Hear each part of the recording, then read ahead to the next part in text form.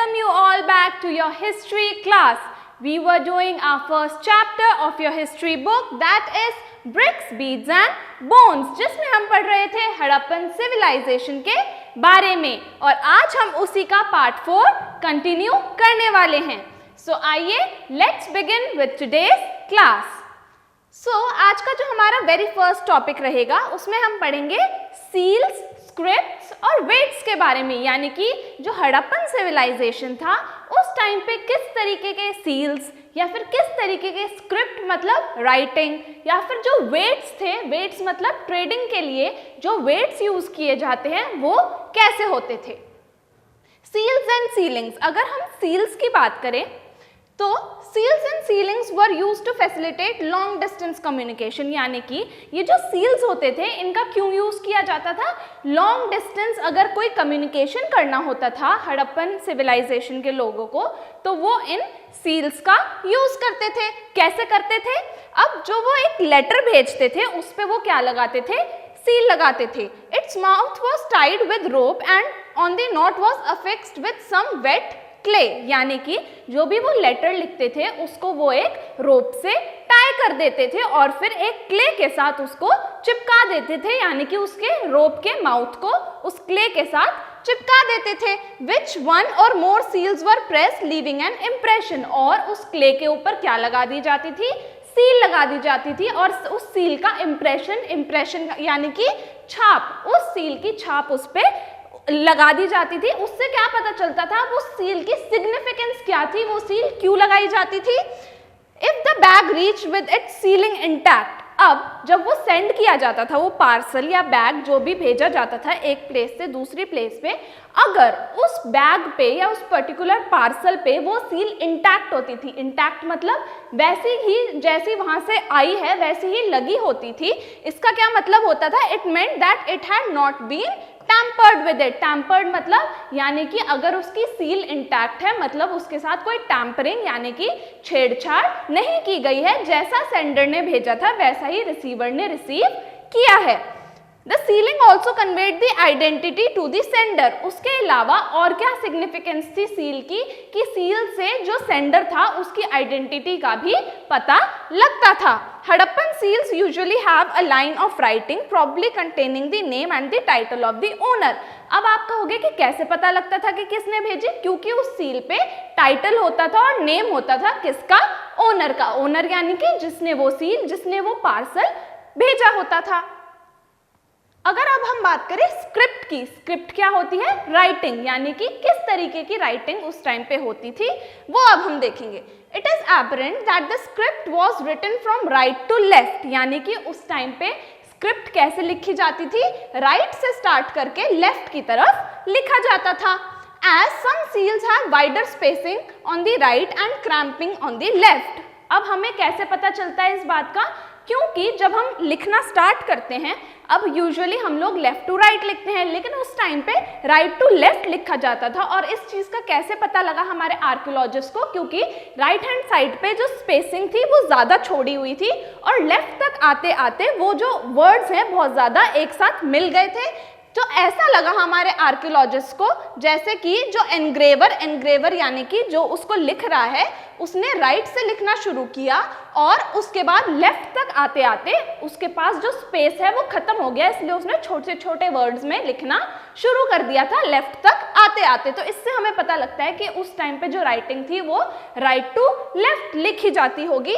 Consider the variety of objects on which writing has been found, यानी कि अगर हम बात करें कि किन किन ऑब्जेक्ट्स पे हमें रिटन जो फॉर्मेट है उसमें चीजें मिली हैं, यानी कि किन किन चीजों पे हमें इस रिटन फॉर्मेट में लिखा हुआ मिला है, जैसे कि सील्स हो गई, कॉपर टूल्स हो गए, रिम्स ऑफ जार मतलब रिम मतलब ढक्कन, यानी कि जो जार होते थे उनके ढक्कन पे भी ऐसी स्क्रिप्ट्स पाई गई हैं. उसके अलावा कॉपर एंड टेराकोटा टैबलेट, यानी कि उस टाइम पे जो टैबलेट्स होती थी कॉपर और टेराकोटा की बनी हुई, उन पे भी ऐसे ही स्क्रिप्ट में लिखा हुआ है.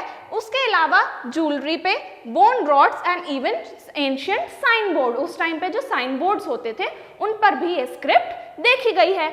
अब हम बात करते हैं वेट्स की, यानी कि उस टाइम पे जो ट्रेडिंग सिस्टम था उसमें किस तरीके के वेट्स यूज किए जाते थे, वो कैसे होते थे।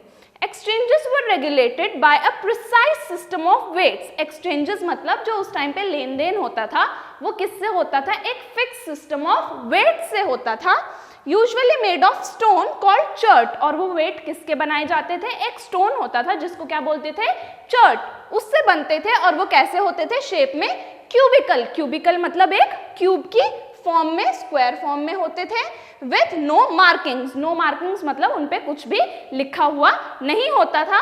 The smaller weights were probably used for weighing jewellery and beads. अब जो छोटे साइज के वेट्स होते थे उनको किस लिए यूज किया जाता था, ज्वेलरी और बीड्स को मेजर करने के लिए या उनका वेट देखने के लिए। Metal scale pans have also been found. Metal scale pan क्या होता है, तराजू। उसके अलावा मेटल स्केल पैन यानी कि तराजू भी मिले हैं। अब बात करेंगे एंशिएंट अथॉरिटी। एंशिएंट अथॉरिटी मतलब उस टाइम पे अथॉरिटी कौन थी, यानी कि ये सब जो ट्रेडिंग का सिस्टम जैसे हमने पढ़ा या लाइफस्टाइल हमने पढ़ा, तो ये डिसाइड कौन करता था, किसके पास ये अथॉरिटी थी कि ये ट्रेडिंग सिस्टम या ये वेट्स और मेजर्स का सिस्टम कैसा होना चाहिए। तो अब हम देखेंगे अथॉरिटी एक्चुअल में थी कौन। There are indications of complex decisions being taken and implemented in Harappan society। तो अब हमने देखा, जितना भी अब तक हमने स्टडी किया है उसके हिसाब से हम ये आइडिया लगा सकते हैं कि जो हड़प्पन सिटी है या जो हड़प्पन सोसाइटी थी उसमें बहुत ही कॉम्प्लेक्स और बड़े डिसीजंस लिए जाते थे। तो अब ये चीज़ हमें सोचने पे मजबूर करती है कि ये जो कॉम्प्लेक्स डिसीजंस लेता था ये लेता कौन था, ऐसी कौन सी अथॉरिटी उस टाइम पर एग्जिस्ट करती थी। The extraordinary uniformity of Harappan artefacts as evident in pottery, seals, weights and bricks. अब हमने ये भी देखा कि कितनी ज़्यादा यूनिफॉर्म पैटर्न, यूनिफॉर्म मतलब एक जैसे पैटर्न्स में सारी सील्स थी, ब्रिक्स थे, वेट्स थे, तो ये सब डिसाइड करता कौन था। We have also seen the settlements were strategically set up. हमने ये भी देखा कि कैसे सारी सेटलमेंट्स बहुत स्ट्रैटेजी के साथ, बहुत प्लानिंग के साथ करी गई थी। हु ऑर्गेनाइज दीज एक्टिविटीज, यानी कि अब हमारे पास क्वेश्चन क्या आता है कि इन सारी एक्टिविटीज का ऑर्गेनाइजर था कौन, ये सब कौन डिसाइड करता था। तो अब ये डिसाइड करते थे वहां के किंग्स, जो वहां के किंग्स होते थे वो डिसाइड करते थे। A large building found at Mohenjodaro was labelled as palace, यानी कि एक बहुत बड़ी बिल्डिंग जो कि मोहनजोदाड़ो पे पाई गई है उसको हमारे आर्कियोलॉजिस्ट ने क्या कहा है, पैलेस कहा है by archaeologist, but no spectacular finds were associated with it. हालांकि हमारे आर्कियोलॉजिस्ट ने उसको पैलेस का नाम दिया है लेकिन ऐसी कुछ खास फाइंडिंग्स वहां पे नहीं कही गई है, ये जस्ट हमारे आर्कियोलॉजिस्ट का एक आइडिया है। A stone statue was labelled and continues to be known as the priest king. उसके अलावा वहां पे एक स्टोन स्टैचू भी मिला है जिसको क्या कहा जाता है, प्रीस्ट किंग कहा जाता है। उसी के हिसाब से हमारे जो आर्कियोलॉजिस्ट हैं वो ये मानते हैं कि हो सकता है उस टाइम पे किंग्स एग्जिस्ट करते हों। The ritual practices of Harappan civilisation are not well understood yet, यानी कि उस टाइम पे रिचुअल प्रैक्टिसेस यानी कि रीति रिवाज कैसे होते होंगे उसका ज़्यादा क्लियर कट आइडिया हमारे आर्कियोलॉजिस्ट को नहीं मिल पाया है। Nor there are any means of knowing whether those who performed them also held political power, यानी कि उन रिचुअल्स को, उन रीति रिवाजों को जो लोग प्रैक्टिस करते थे क्या वो लोग पॉलिटिकल पावर भी थी उनके पास या नहीं, इसका भी ज़्यादा एविडेंसेस हमारे पास नहीं है। कुछ आर्कियोलॉजिस्ट क्या कहते हैं कि जो हड़प्पन सोसाइटी थी उसमें रूलर्स थे ही नहीं, यानी कि कुछ आर्कियोलॉजिस्ट का ये मानना है कि उस टाइम किंगशिप या फिर जो रूलर सिस्टम है उस टाइम पे एग्जिस्ट नहीं करता था and everybody enjoyed equal status. तो कुछ आर्कियोलॉजिस्ट ये कहते हैं कि उस टाइम पे सबको इक्वल स्टेटस अकॉर्ड किया जाता था। बाकी जो आर्कियोलॉजिस्ट हैं उनको क्या लगता है that there was no single ruler but several. अब कुछ आर्कियोलॉजिस्ट इस ओपिनियन को भी मानते हैं कि कोई एक सिंगल रूलर नहीं था बल्कि बहुत सारे अलग अलग रूलर्स थे। That Mohenjodaro had a separate ruler, Harappa another and so fourth. उनको ऐसा लगता है कि मोहनजोदाड़ो का अलग रूलर रहा होगा, ऐसे ही हड़प्पा का अलग रहा होगा और जितने भी अलग अलग सिटीज थी उस टाइम पे, टाउन्स थे, सबके अलग अलग रूलर्स होते थे। Yet others argue that there was a single state. अब कुछ आर्कियोलॉजिस्ट क्या मानते हैं कि ये पूरी एक सिंगल स्टेट ही थी, given the similarity in artifacts. उनको ऐसा क्यों लगता है? क्योंकि जितनी भी ये जगहें हैं इनसे एक ही तरीके के आर्टिफैक्ट्स मिले हैं, सिमिलर टाइप के आर्टिफैक्ट्स मिले हैं, तो इसीलिए उन्हें ऐसा लगता है। और उनको इसलिए भी ऐसा लगता है क्योंकि सारी जगह में जो सेटलमेंट्स हैं, सेटलमेंट्स यानी कि घर और बिल्डिंग्स, वो कैसी हैं, एक सिमिलर टाइप का पैटर्न है उन बिल्डिंग्स का, यानी कि जो सेटलमेंट्स हैं वो सिमिलर टाइप की हैं। और क्या है, स्टैंडर्डाइज्ड रेशियो है ब्रिक्स का, यानी कि जो ब्रिक साइज है वो सबका, सारी ब्रिक्स का एक सिमिलर साइज होता था।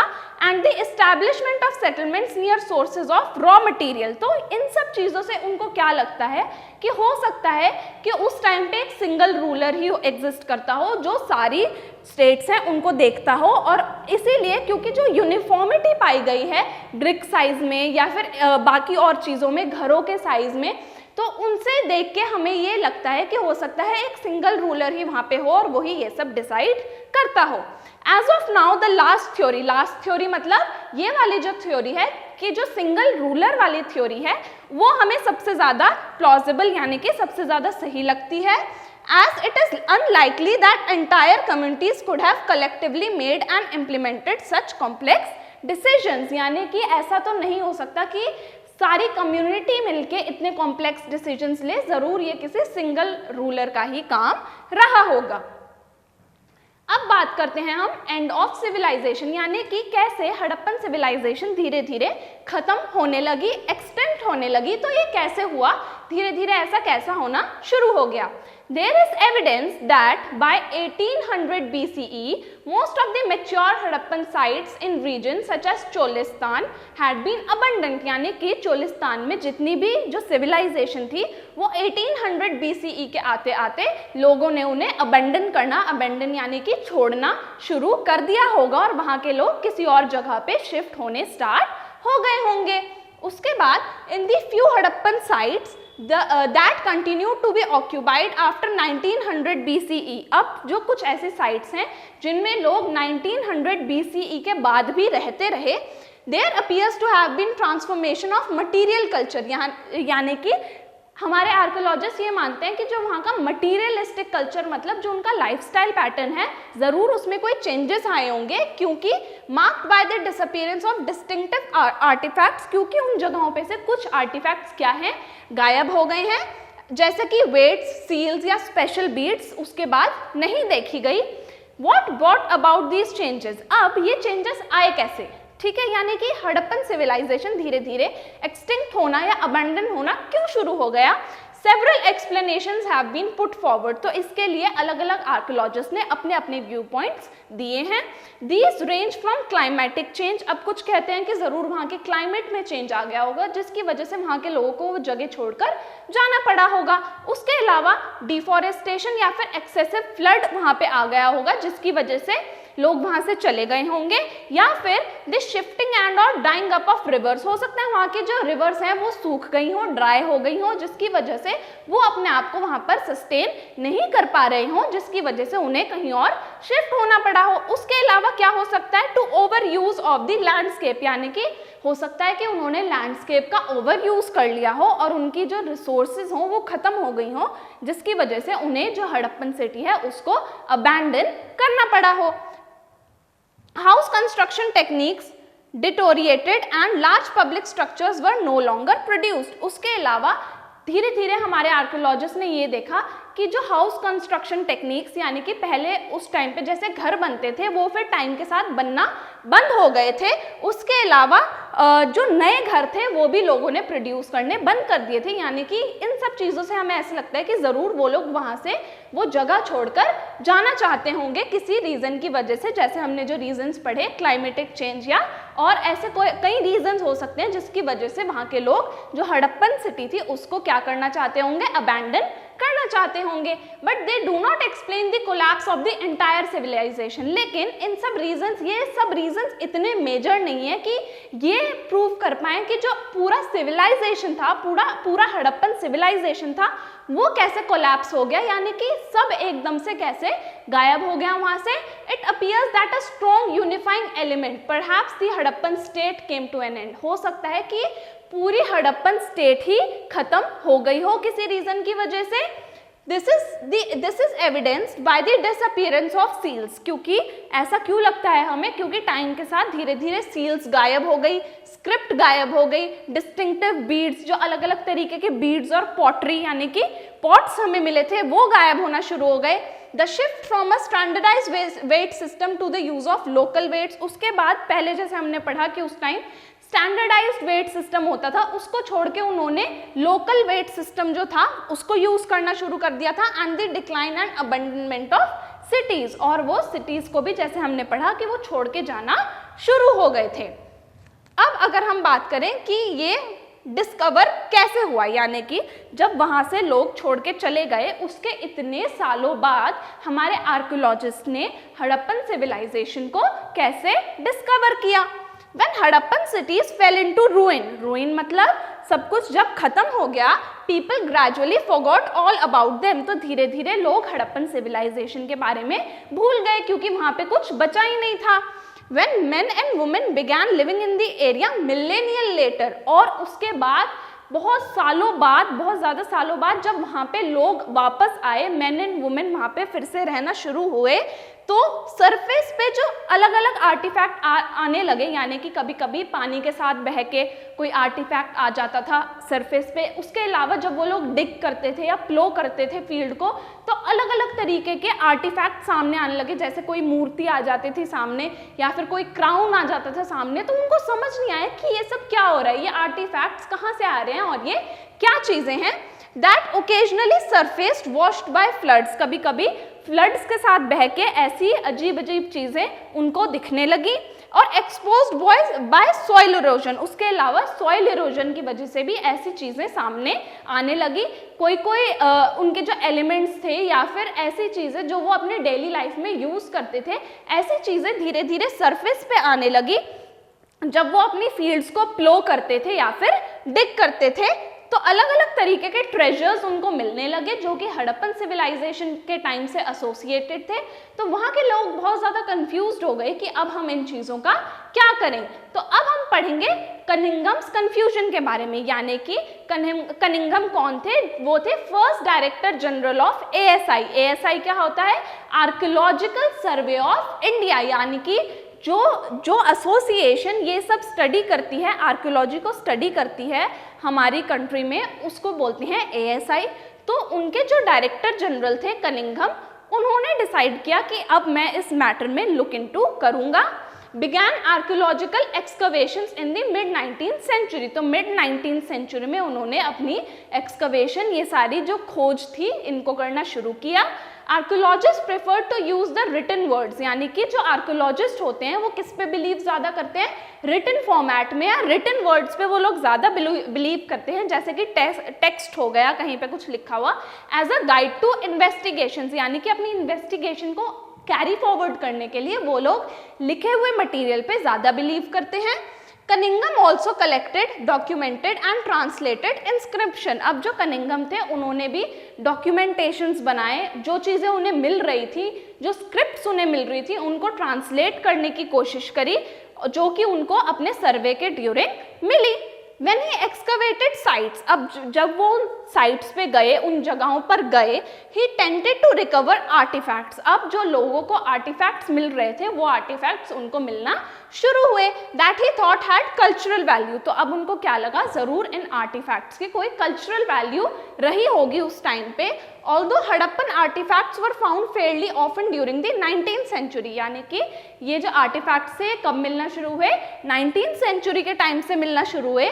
और कुछ इनमें से कुछ आर्टिफैक्ट किसके पास पहुंचे? कनिंघम के पास पहुंचे। He did not realise how old these were. तो अब कनिंघम जो थे वो कंफ्यूज हो गए, उनको ये चीज़ समझ नहीं आई कि अब मैं कैसे पता लगाऊं कि ये कितने पुराने हैं। अब अगर हम बात करें न्यू ओल्ड सिविलाइजेशन, यानी कि कैसे उस टाइम का सिविलाइजेशन था और कनिंघम ने कैसे उसको इंटरप्रेट करने की कोशिश करी। Seals were discovered at Harappa by archaeologist such as Dayaram Sahni. तो जो बाकी आर्कियोलॉजिस्ट थे जैसे कि दयाराम साहनी हो गए, उनको भी अलग अलग तरीके के सील्स मिले in the early decades of 20th century in layers that were definitely much older in the early historic levels, यानी कि लेयर्स यानी कि अंदर बहुत नीचे ज़मीन के अंदर गढ़े हुए उनको अलग अलग आर्कियोलॉजिकल एविडेंसेस मिले. It was then that their significance began to be realised. जब ऐसे ही अलग अलग आर्कियोलॉजिस्ट को बार बार कोई ना कोई चीज़ मिलने स्टार्ट हो गई, तब जाके एक जो इस मैटर को बहुत ज़्यादा सीरियसली लिया गया और इनकी इम्पोर्टेंस को समझने की कोशिश की गई. अनदर आर्कियोलॉजिस्ट, एक और आर्कियोलॉजिस्ट जो कि थे रखल दास बैनर्जी, फाउंड सिमिलर सील्स. उनको भी ऐसी ही सिमिलर सील्स मिली. जब उन्होंने एक्सकवेशंस किए तो उन्हें भी ऐसी चीज़ें मिलनी शुरू हो गई. कहाँ पे? मोहनजोदाड़ो में, leading to the conjecture that these sites were part of a single archaeological culture. तो जब ये सब अलग अलग आर्कियोलॉजिस्ट को ये सब चीज़ें मिलनी स्टार्ट हो गई, तब उन्होंने ये डिसाइड किया कि हाँ ज़रूर ये सारी चीज़ें एक सिंगल कल्चर को ही बिलोंग करती होंगी. बेस्ड ऑन दीज फाइंड्स 1924 में जो जॉन मार्शल थे, कौन थे वो? डायरेक्टर जनरल थे ASI के. उन्होंने क्या अनाउंस किया? उन्होंने अनाउंस कर दिया कि एक न्यू सिविलाइजेशन पाई गई है, जिसको क्या नाम दिया गया? Indus valley civilisation. और पूरे वर्ल्ड के सामने उन्होंने ये अनाउंसमेंट कर दी थी कि हाँ एक नई सिविलाइजेशन की डिस्कवरी हुई है. अब बात करें कि न्यू टेक्निक्स और या फिर नए जो सवाल खड़े हुए वो कौन कौन से थे. The frontiers of the Harappan civilization have little or no connection with present day national boundaries, यानी कि जो हड़प्पन सिविलाइजेशन के बॉर्डर्स हैं अब वो प्रेजेंट डे से उनका इतना ज़्यादा कनेक्शन नहीं है. क्यों? हाउएवर विद पार्टीशन, जब पार्टीशन हुआ of the sub continent and the creation of Pakistan, तो जब इंडिया का पार्टीशन हुआ और पाकिस्तान की फॉर्मेशन हुई, उस टाइम पे क्या हुआ? जो मेजर साइट्स थी हड़प्पन सिटी की वो पाकिस्तान के अंडर चली गई. An extensive survey in Kutch has revealed a number of Harappan settlements. उसके बाद रन ऑफ कच्छ जो है उसमें बहुत ज़्यादा सर्वे हुए. उसमें क्या पता चला कि हड़प्पन सिविलाइजेशन के टाइम पे कौन कौन सी सेटलमेंट्स एग्जिस्ट करती थी. And explorations in Punjab and Haryana have headed to the Harappan sites. उसके अलावा पंजाब और हरियाणा में जितने भी एक्सकवेशंस हुए उसमें भी नई हड़प्पन साइट्स के बारे में जो हमारे आर्कियोलॉजिस्ट हैं उनको पता लगा. Where some archaeologists are often keen to obtain a cultural sequence, others try to understand the logic underlying the location of specific sites. यानी कि अब आर्कियोलॉजिस्ट टू आर्कियोलॉजिस्ट ये चीज़ वेरी करती थी कि वो किस चीज़ में ज़्यादा इंटरेस्टेड है, किस चीज़ को स्टडी करने में ज़्यादा इंटरेस्टेड है. कुछ जो आर्कियोलॉजिस्ट थे उनका कल्चर को समझने में ज़्यादा इंटरेस्टेड थे और बाकी जो आर्कियोलॉजिस्ट थे वो उन साइट्स को ज़्यादा पढ़ने में इंटरेस्ट लेने लगे. They also grapple with the wealth of artefacts. वो ये भी जानने की कोशिश करना चाहते थे कि ये जो आर्टिफैक्ट्स मिल रहे हैं या ये जो अलग अलग मूर्तियाँ मिल रही हैं इनकी वेल्थ क्या होगी, इनका मार्केट प्राइस क्या होगा.